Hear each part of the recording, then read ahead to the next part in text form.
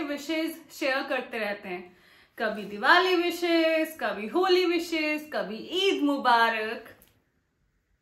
ऐसी एक बहुत कॉमन विश है एनिवर्सरी विश, शादी की सालगिरह।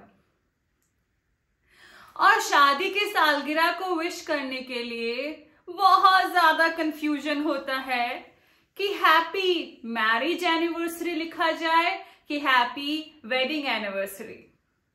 सो आपको बता देती हूं, जो करेक्ट यूसेज होता है that is wedding anniversary. Marriage anniversary जैसा कोई कॉन्सेप्ट नहीं है इंग्लिश के अंदर, क्योंकि मैं आपको बताने जा रही हूं कि क्या डिफरेंस होता है वेडिंग और मैरिज के अंदर।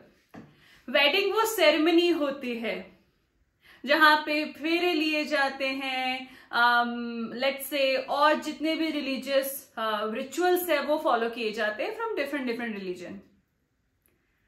तो वेडिंग इज दैट सेरेमनी जिस दिन to persons come into marriage, और वेडिंग के बाद का जितना भी साथ का टाइम होता है that is called marriage.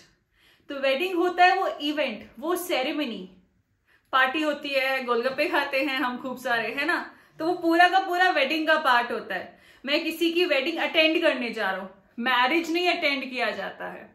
Alright, wedding और मैरिज का तो कॉन्सेप्ट आपको समझ में आ गया है। चलिए मैं कुछ और इंटरेस्टिंग आपको कॉन्सेप्ट समझाती हूं। 2 1s are 2, 2 2s are 4, 2 3s are 6। Oh my God, do you know, मैं ज़ाज़ा बोला करती थी क्योंकि मुझे लगता था कि ज़ाज़ा ही होता है। Actually, it is not some za. 2 1 is 2, 2 2s are 4। तो ये जो हम ज़ाज़ा बोलते हैं ऐसा कुछ नहीं होता है। तो 2 and 2 is 4 होता है, 2 1 is 2 होता है। हम जनरली नाउन के पीछे सफिक्स FUL यूज कर देते हैं तो वो एडजेक्टिव बन जाता है। लाइक ब्यूटी के साथ में फुल यूज किया तो ब्यूटीफुल बन गया, फेथ के साथ में फुल यूज किया तो फेथफुल हो गया। बट जब ग्रेट के साथ में फुल यूज करते हैं तो डिड यू नो कि ग्रेटफुल की सब जो स्पेलिंग होती है वो चेंज हो जाती है। It is no more GREATFUL, it's actually GRATEFUL। Very often हम इंडियंस यूज करते हैं एडजस्टमेंट के लिए cope up with. Oh he couldn't cope up. Cope जो एडजस्टमेंट के लिए यूज किया जाता है, it's a verb which means to adjust. Cope अपने साथ में अप नहीं यूज करता है, so it is only cope with.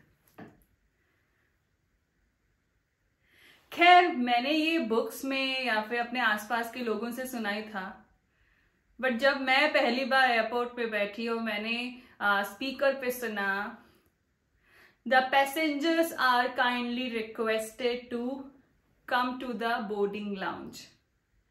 The passengers are kindly requested, request भी कर दिया है और एडवर्ब काइंडली भी यूज कर लिया है।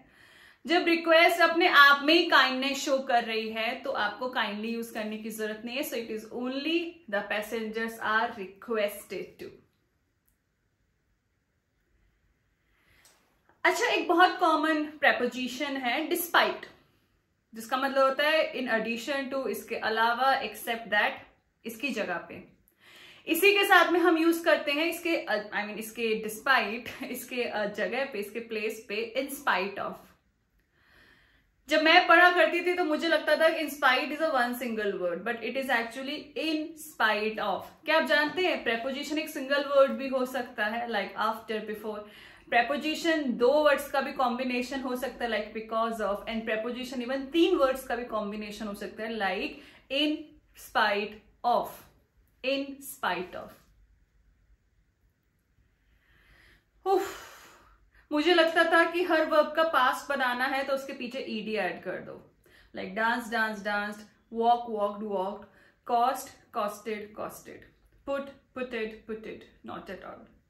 कॉस्ट, पुट, कट, ये अपने साथ में ed नहीं यूज करती। तो वो सारी वर्ब्स जो टी के साथ में एंड होती है, they do not take ed with it. आप सिंपली उसको उसी फॉर्म में रखते हैं, post post post, cut cut cut, put put put. If you work hard, then you will succeed.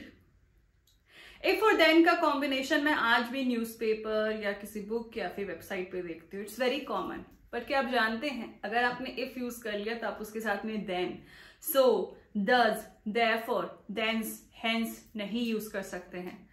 तो आप अगर कह रहे हैं if you work hard, simply put a comma, you will pass. Similarly since के साथ में, बिकॉज के साथ में देन, डज, देयरफॉर नहीं लेना चाहिए. बहुत बार इंस्टाग्राम पे कैप्शन देखने को मिलता है, ain't, you ain't worth it, I ain't know him, something like this. Actually we people feel that am not को compress करके ain't कहा जा सकता है, are not को compress करके ain't कहा जा सकता है. बट क्या आप जानते हैं, ain't जैसा स्टैंडर्ड इंग्लिश में कोई भी वर्ड एग्जिस्ट नहीं करता है. तो never say ain't, you are not होगा. There is no such word as you ain't. Ain't कुछ भी नहीं होता है. Of course, we Indians never use signature. हम ऐसे बोलते हैं, अच्छा यहाँ पे साइन कर दो, यहाँ पे साइन कर दो. साइन वर्ब हो सकती है, बट साइन एज नाउन वो साइन नहीं होता है. किसी इंडिकेशन के लिए, साइन बोर्ड के लिए, हिंट के लिए आप साइन यूज कर सकते हैं, बट जो हम पेपर पे अपने पेन के साथ में अपने हाथों से साइन करते हैं उसको नाउन के तौर पे हमेशा सिग्नेचर कहा जाता है. तो एक्चुअली सिग्नेचर का छोटा भाई साइन नहीं होता है, वर्ब के तौर पे यूज कर सकते हैं. Okay, I am going to sign these letters now, these papers now, but sign as noun नहीं यूज करना चाहिए. Remember that. हैंग किसी चीज को लटकाते हैं, लटकने के लिए यूज किया जाता है. हैंग के दो पास्ट फॉर्म्स होते हैं. एक तो होता है हैंग्ड, किसी चीज को जब लटकाया जाए या कोई चीज लटक रही हो. बट अगर कैपिटल पनिशमेंट, एग्जीक्यूशन, फांसी की बात करें तो हैंग का पास्ट टेंस होता है हंग. ये आप ध्यान रखिएगा. अच्छा, नाउ एक बहुत कॉमन सी प्रॉब्लम है सजेस्ट और एडवाइस. क्या आप जानते हैं, you always advise someone and you suggest something.